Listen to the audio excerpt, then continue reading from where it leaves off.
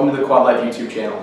You can also find us on Twitter at Quadlyfe, Facebook as well, and our website and blog at quadlyfe.com. My name is Christopher Downs. This is a new series we're going to be offering every 2 weeks to offer useful and helpful information on tips, tools, and trends on university recruitment and marketing strategies. Today we're solely focused on the landscape of recruitment efforts for college universities right now. At Quadlyfe, we're always talking to college universities and we're always doing our research on the landscape and the pipeline for the years to come for what's going to happen and what's going to change with high school graduation rates and enrollment rates. Because at the end of the day, that directly affects the efforts of college universities to recruit and fill their pipeline for enrollment. We've stumbled across some alarming information. The National Student Research Center has released a statistic that from 2013 to 2014, there's been a drop by 5% in student enrollment numbers. And they're expecting that same decrease to maintain until 2019. The National Center for Education Statistics has released that in the Midwest and New England alone have also realized a 5% decrease in high school graduation rates, and that will also maintain until 2020. So you're looking at a consistent decrease in not only college enrollment numbers, but also high school graduation rates at 5% a year. So what does that mean for college universities, and what does it mean for admissions counselors and admissions directors? It means that the population that you're pulling from is shrinking. It means that competition is at an all-time high, and for the years to come, it's not going to get better. It's only going to get harder. It's going to be harder to get more students at your school, interested in applying, and more students to be enrolled at your school. So the stakes are higher, and this problem isn't going away. So what we're talking about today is ways that you can separate your school in the crowd, ways that you can stand out from your competitors. And I've identified 3 major things that you need to take away from this episode. The first thing is marketing with technology. Using technology as a friend. We all wear a lot of hats, whether it's in the private sector or college universities. All of our time and resources are extended to the fullest. So technology can really help you accomplish a lot of your goals without using manpower, which we'll dive into a little bit deeper. Secondly is using social media strategically. Everybody's on social media. All college universities, for the most part, are using some social media one way or another.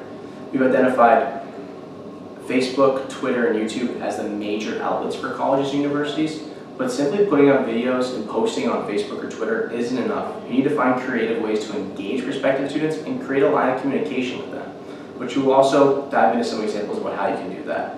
The third thing is expand your prospecting.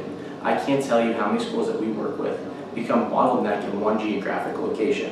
You need to think outside the box. Go to different locations, and I'm going to show you a good strategic way to identify schools in states you typically wouldn't pull from that might yield good results. So what I'm holding in my hand right now, in which I'm going to pull a lot of my ideas from and did for this presentation, is a 2014 E-Expectations report from Levis. We use this publication all the time for really helpful content on trends, surveying, and just the overall landscape of what's going on in marketing and admissions for college and universities.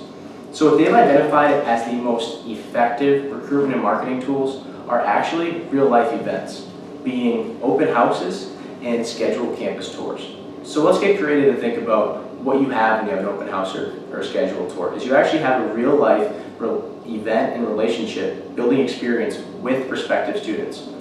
Why not find a way to utilize technology and social media while you have them in front of you? So some examples of doing that. One is offering a self-guided campus tour. When you're at an open house, you have the opportunity to go look around campus. This would be an app for your school to offer a guided tour, show them how to get from location to location, and as they get to each location, give them the information that they really want. We're finding that virtual tours on websites aren't as effective as self-guided tours because students and parents want to come see the culture of the school. They don't want to just see a picture of a building. They want to see how many students are in the classroom. What do the students look like? What's the history of the building? What are some prominent alumni? And we've come up with some really cool ways at Quadlyfe, at least, that we can push them to engage with social media. One of them is prompting a selfie share while they're on a tour of your campus. So take a selfie at one of our well-branded locations on campus, share it with your friends, and receive a 25% off at the bookstore. It's an easy way to boost social media engagement, share your brand, but the main important thing is creating that prospect to become a social media brand ambassador for you and your school. By sharing something on their social media channel, they're giving your school exposure to their social network, which is filled with prospects with similar demographics and characteristics of themselves. If you can get the parents to do that too, you've hit both sides of the coin. So that's one way to use social media strategically, leveraging your real life events such as open houses and campus tours. The second thing we're going to talk about technology is your website. I can't tell you how many schools that we work with don't have a responsive website until they work with us, and then we consult them to have a responsive website. So basically what that means is that whatever device you're accessing the website from, your site will fit the screens and it will have an easy navigation and be optimized for a phone or tablet or desktop. That's huge because the first time a student goes to your website is their first impression of your school. If you don't make a good first impression, you're not going to create a lasting relationship and they're probably not going to apply.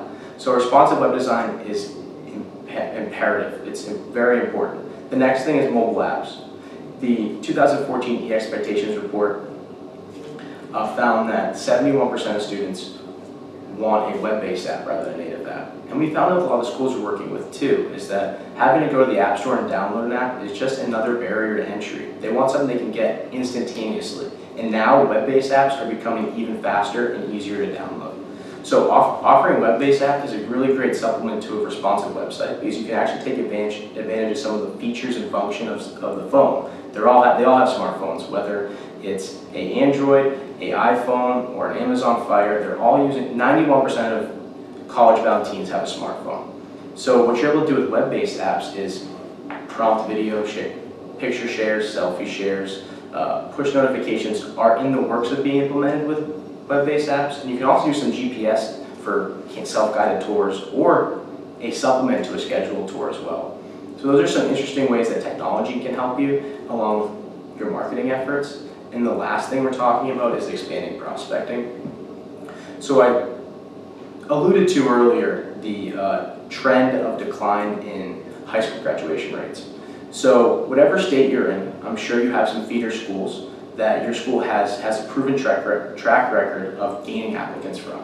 A smart way to identify new schools that you typically don't pull from is to find the attributes of the feeder school that you usually pull from.